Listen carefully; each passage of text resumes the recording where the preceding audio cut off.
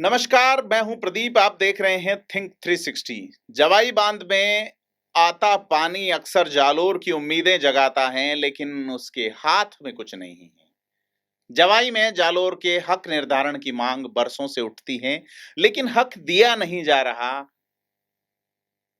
या जवाब यह है कि हक मांगा भी नहीं जा रहा। अभी लुम्बाराम चौधरी बोले हैं संसद में, जालोर सिरोही के सांसद। तो आज हम बात करेंगे जवाई बांध की, नर्मदा के पानी की और जालोर सिरोही की उम्मीदों की, जिसे सिंबॉलिक पॉपुलिज्म, डाइविजनरी और स्पेक्टिकल राजनीति कैसे गोलियां दे रही। गोली शब्द चलता है राजस्थान के मारवाड़ के ही एक नेता के लिए, चलता है ये शब्द, लेकिन कई नेता गोलियां दे रहे हैं। तो साथ ही बात करेंगे कि क्या वाकई में जालोर सिरोही की जनता, जो सिर्फ सिर्फ पीने के पानी के रूप में अपना हक मांग रही है, जो उसका नैसर्गिक अधिकार है, डॉक्ट्रिन ऑफ नेचुरल जस्टिस की पहला अधिकार, सुखाधिकार, उस मांग को उसके ही राजनेता सीरियस ले रहे हैं या नहीं। राजनीति विज्ञान के 4 सिद्धांत, जिनका मैंने ऊपर जिक्र किया, उसी के आधार पर आज विश्लेषण करेंगे। तो जैसा मैंने कहा, मैं प्रदीप हूं, आप थिंक 360 देख रहे हैं। चैनल को अगर अभी तक सब्सक्राइब नहीं किया, सब्सक्राइब जरूर करें। मुद्दे उठाते रहेंगे, आपकी बात लाते रहेंगे।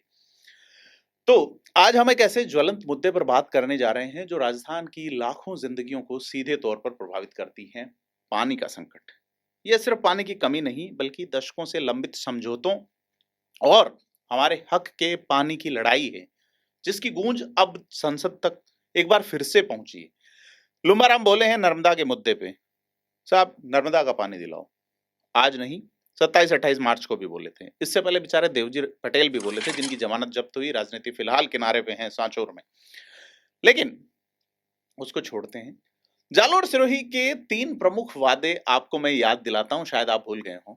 एक, नर्मदा का पानी लाएंगे, जवाई का पुनर्भरण करेंगे, और हाल ही में, जब 1.5 साल हो गए, हाल ही तो क्या कहेंगे, जोगेश्वर गर्ग का एक वादा कि नून गांव में हवाई जहाज उतारेंगे। इससे पहले भी उनका एक वादा था, किले तक सड़क बनाएंगे। बेसिकली ये सिंबॉलिक पॉलिटिक्स का हिस्सा है। राजनीति विज्ञान के 4 सिद्धांतों की मैंने बात की। तो सिंबॉलिक पॉलिटिक्स क्या है? अक्सर कम साक्षरता वाले और जागरूकता वाली जनता को सिंबॉलिक पॉलिटिक्स पसंद आती है। उदाहरण जैसे कि हम आपके गांव में हवाई अड्डा बनवाएंगे। यह वादा तकनीकी और आर्थिक दृष्टि से व्यवहारिक भले नहीं हो, लेकिन जनता को गौरव और आधुनिकता का सपना दिखाता है। वैसे ही जैसे तीसरी बार जब जोगेश्वर गर्ग विधायक बने थे, तो उनका नारा था, उनका वादा था कि किले यानी कि जालोर के स्वर्णगिरी दुर्ग तक सड़क बनाएंगे। 20 साल बाद भी मुझे किले की सड़क कागजों से बाहर आती दिखती नहीं।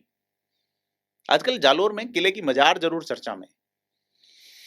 तो स्थानीय राजनीति, पंचायत राज और निकाय चुनाव में बीजेपी की फील्डिंग के अलावा यह कुछ ज्यादा नजर नहीं आता।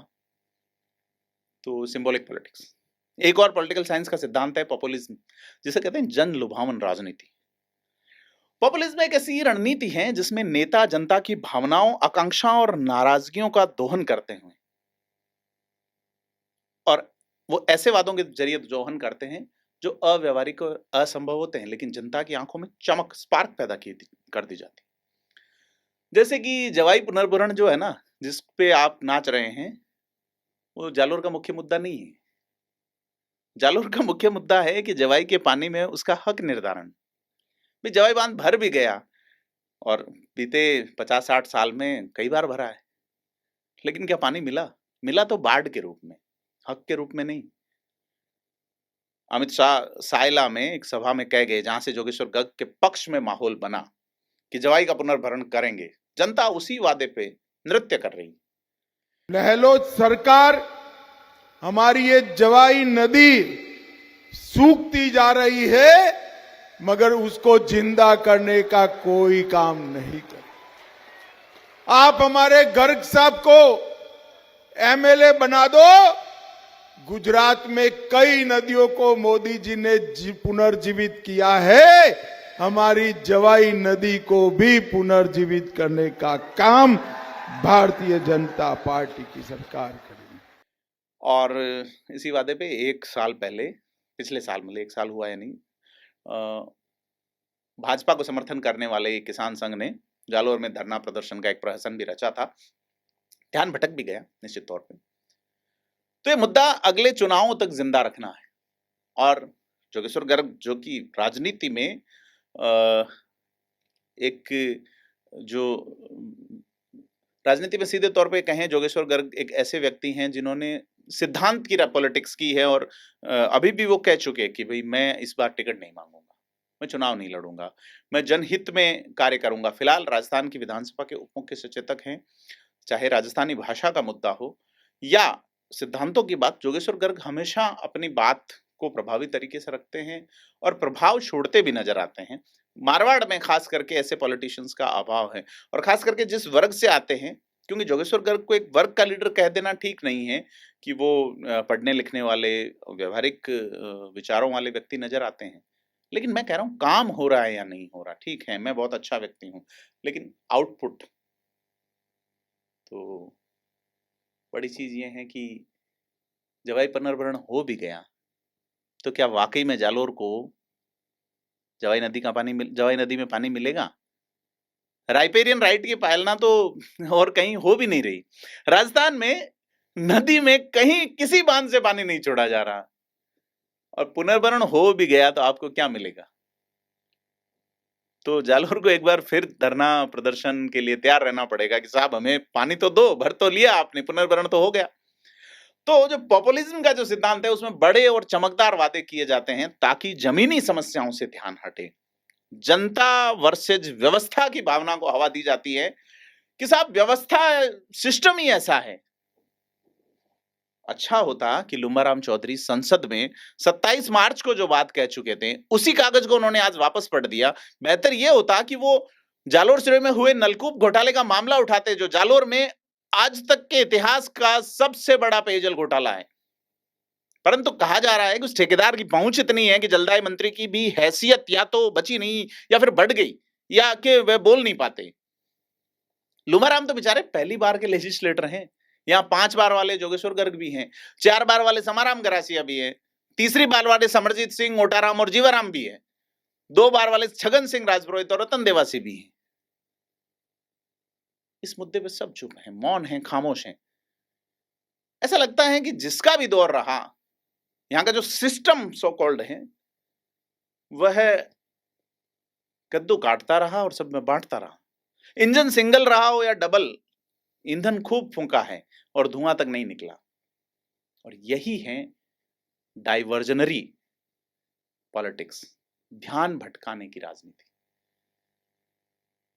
और इसमें जानबूझकर ऐसे मुद्दे उठाए गए जाते हैं, वादे किए जाते हैं जिससे जनता का ध्यान मौजूदा समस्याओं जैसे बेरोजगारी, भ्रष्टाचार, शिक्षा, स्वास्थ्य, साक्षरता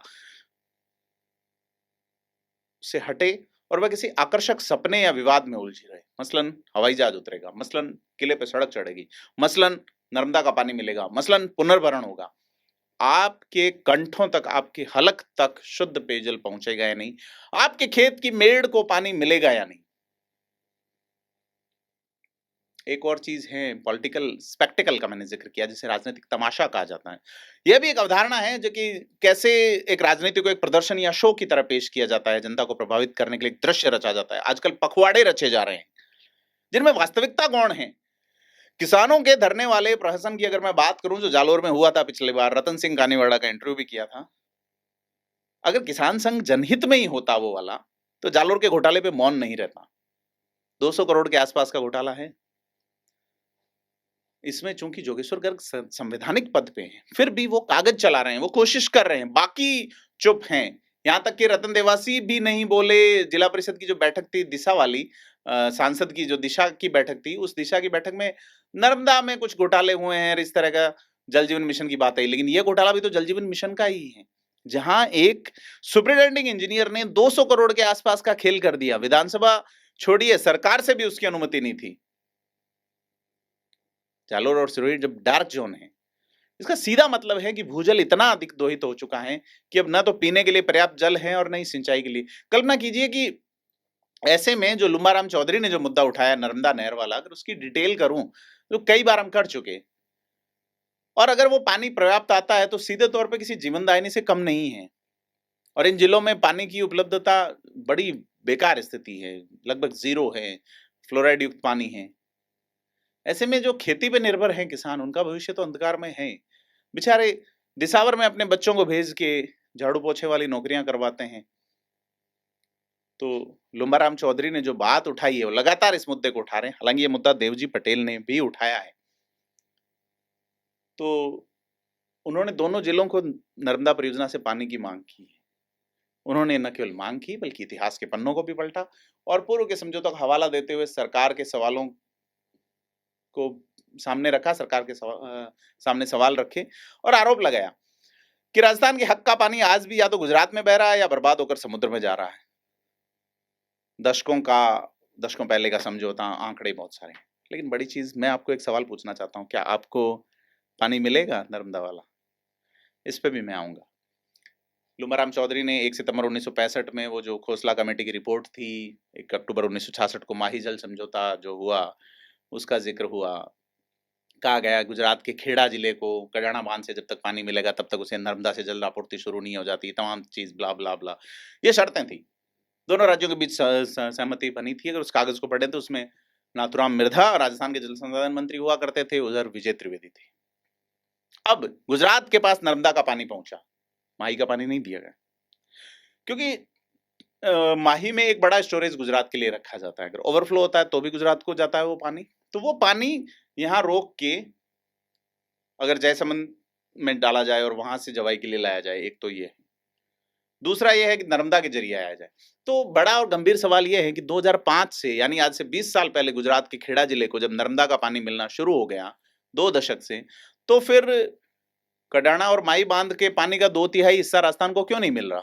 ये वो पानी है जो जालोर और सिरोही जैसे प्यासे जिलों के लिए रिजर्व है, लेकिन आज तक इस पे अमल नहीं हो पाया और गुजरात भी प्रभावी इसका यूज नहीं कर रहा है। सीधे सीधा समझौते का उल्लंघन तो है और राजस्थान के लाखों लोग इसका खामियाजा भुगत रहे हैं। ऐसा कहा जा रहा है कि वाफकोस कंपनी है एक गुड़गांव की, उसने एक अध्ययन किया है, एक सर्वे किया है, जिसने कहा है कि बीते 37 साल में कड़ाना बांध का पानी 27 बार ओवरफ्लो होके सीधे समुद्र में बह गया।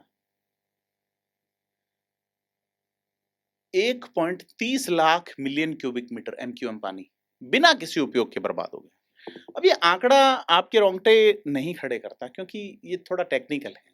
अगर मैं ऐसा कहूं कि एक ऐसा राज्य है जो बूंद बूंद पानी के लिए तरसता है, जहां किसान अपनी सूखती हुई फसलों को देख के रोता है, यह पानी राजस्थान जैसे उस प्रदेश को, जल संकटग्रस्त राज्य को दिया जाता, कितनी बड़ी राहत साबित हो सकता था। 10 जिले, पाली, जालोर, सिरोही, प्रतापगढ़, बांसवाड़ा, डूंगरपुर, उदयपुर, जोधपुर, बाड़मेर और जैसलमेर, इन जिलों को कहा जा रहा है कि 27 साल तक पानी मिल सकता था, जो पानी बह गया। 27 साल में 2 पीढ़ियां चली जाती। तो बात सिर्फ नर्मदा की नहीं की जानी चाहिए। इस पूरे अगर सेटअप को देखें कि बांसवाड़ा जिले की जो जन्मदायिनी, जीवनदायिनी मानी जाती है माही नदी, उस पर जो माही बांध बना है, वो भी उस मामले में भी गुजरात राजस्थान के साथ अन्याय कर रहा है। बांध की कुल भराव क्षमता 77 TMC है, लेकिन गुजरात से समझौते के कारण हमें 40 TMC पानी रिजर्व रखना पड़ता है और राजस्थान को सिर्फ 25 TMC मिलता है। बाकी पानी या तो गुजरात चला जाता है या मानसून में जब गेट खुलते हैं तो करोड़ों TMC पानी सीधे अरब सागर में चला जाता है। अगर ये देखें इस आंकड़े को, वैसे TMC आपको बड़ा टेक्निकल लगेगा। अगर मैं इसको थोड़ा सरल करूं तो 40 साल में माही बांध से इतना पानी अरब सागर में चला गया, इतना मतलब 1340 TMC, फिर आप TMC कहोगे ले आया। यह पानी इतना है कि एशिया की जो मीठे पानी की दूसरी सबसे बड़ी झील है जयसमंद झील, उसको 91 बार भरा जा सकता है। जी हाँ, 91 बार। और यह जो मैंने 10 जिले गिनाए आपको, डूंगरपुर, प्रतापगढ़, चित्तौड़गढ़, उदयपुर, भीलवाड़ा, राजसमंद, सिरोही, जालोर, पाली और बाड़मेर, उसकी 29 साल तक प्यास बुझा सकता था। ये सिर्फ आंकड़े नहीं, बल्कि हमारे विकास की छूटी हुई संभावनाएं हैं, हमारे उम्मीदों की छूटी हुई संभावनाएं हैं। और बागड़ के जो अछूते इलाके हैं, डूंगरपुर, बांसवाड़ा, बेसिकली आदिवासी लोग हैं, वो आवाज उठाते हैं तो उनका मुद्दा आपको भील प्रदेश वाला जरूर चमक पैदा करता है, लेकिन उनको पानी नहीं मिल रहा है, मकान नहीं मिल रहे हैं। माही का पानी उनको तो मिलना चाहिए। भीखाभाई नहर जो है वो आज तक पूरी नहीं हुई है। माही के पानी से बिजली उत्पादन कई गुना बढ़ सकता है, हजारों हेक्टेयर जमीन सिंचित, लाखों टन अनाज का उत्पादन बढ़ सकता है, लेकिन दशकों पुराने समझौतों के कारण ये सिर्फ सपने हैं। और सीधे तौर पे अगर आप उन आदिवासियों की तरफ एक ठंडी नजर डालें तो आप बड़ी हिकारत से देखेंगे वैसे तो कि यार कहाँ अलग प्रदेश की मांग कर रहे हैं, कास्ट के बेस पे बात कर रहे हैं। लेकिन इन बांधों के निर्माण की काली सच्चाई भी तो देखिए कि माही और कडाना जो बांध निर्माण हुए, उसमें 1729 आदिवासी परिवार 67 साल बाद भी न्याय से वंचित हैं। उनको कहा गया था कि आदिवासियों का विकास होगा, लेकिन सिर्फ विनाश मिला। उनकी उपजाऊ जमीन, कुएं और फसलें डूब क्षेत्र में आने के कारण छिन गई, लेकिन बदले में उन्हें पत्थरों से भरी हुई जमीन दी गई।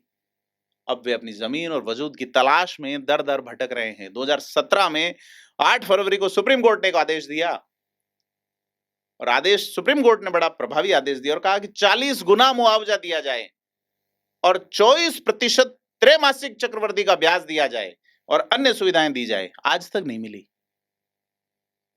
2011 में जोधपुर हाईकोर्ट ने भी व्यक्तिगत पुनर्वास का आदेश दिया था, लेकिन प्रशासन ने सभी विस्थापितों को एक साथ जोड़ के उनके अधिकार ही छीन लिए। 4 अगस्त 2017 को हाईकोर्ट ने भी खेती योग्य जमीन देने का आदेश दिया था, लेकिन अब तक पालन नहीं हुआ। विस्थापित पुनर्वास संघर्ष समिति अब सड़कों पे है। केंद्र और राज्य सरकार को 63 सूत्री मांग पत्र सौंप चुकी है और बड़े आंदोलन की चेतावनी दे रही।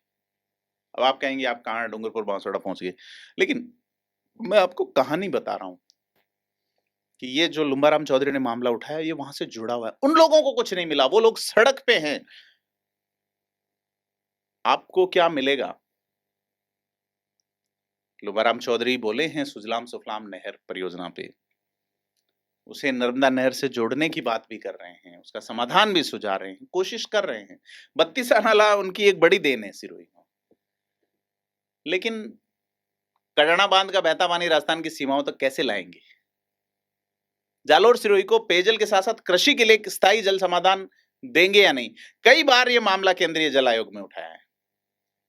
अब इस पे भी मैं आता हूं कि मिलेगा या नहीं मिलेगा, आप सोचिएगा। कई बार राजस्थान के मुख्यमंत्री जो है, जब वसुंधरा राजे थी तब भी, अशोक गहलोत थे तब भी, और सामने जो सीएम थे,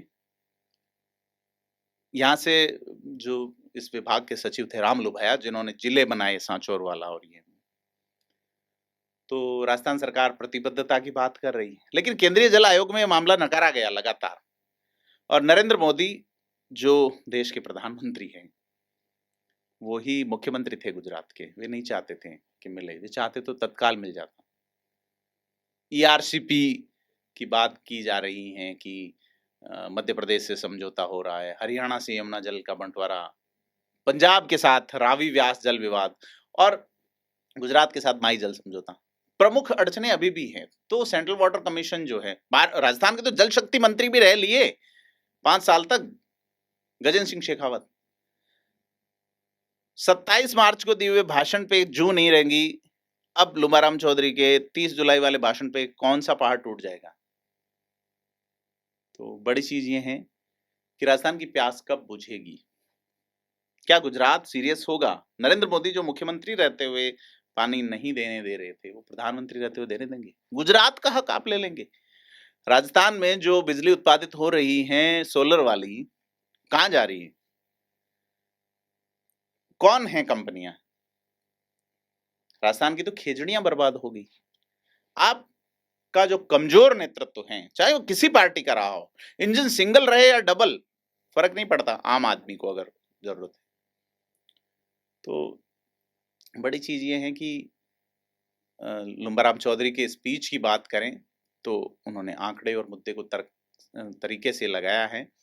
सरकार को गंभीरता से लेना चाहिए, लेकिन लेती नहीं। तो यह सवाल अब सिर्फ एक पॉलिटिकल सवाल नहीं है, राजस्थान के लाखों लोगों के लिए जीवन और मौत का सवाल है। जालोर सिरोही के जनप्रतिनिधियों के लिए विल पावर का सवाल है। यह सवाल है न्याय का, अधिकार का और आने वाली पीढ़ियों के भविष्य का। और मैं जैसा पहले कह चुका, केंद्रीय जल आयोग में गुजरात सरकार इन सारे प्रस्तावों को तब ठेंगा दिखा चुकी है जब नरेंद्र मोदी मुख्यमंत्री थे। आज वे प्रधानमंत्री हैं। आपके साथ कैसा न्याय होगा? आपको क्या लगता है, आपको आपके हक का पानी मिल पाएगा? अभी जो आपके नेता हैं उनमें लुम्बाराम चौधरी और मोतीराम कोहली, दो को छोड़ दो, लेजिस्लेटर्स की बात कर रहा हूं, बाकी तो सब कई दशकों से आ रहे हैं वहां पे, राजनीति में है। कितने प्रभावी रहे? इनको लेके आप क्या सोचते हैं? कमेंट करें और लाइक शेयर जरूर करना। और चैनल को सब्सक्राइब करें। धन्यवाद।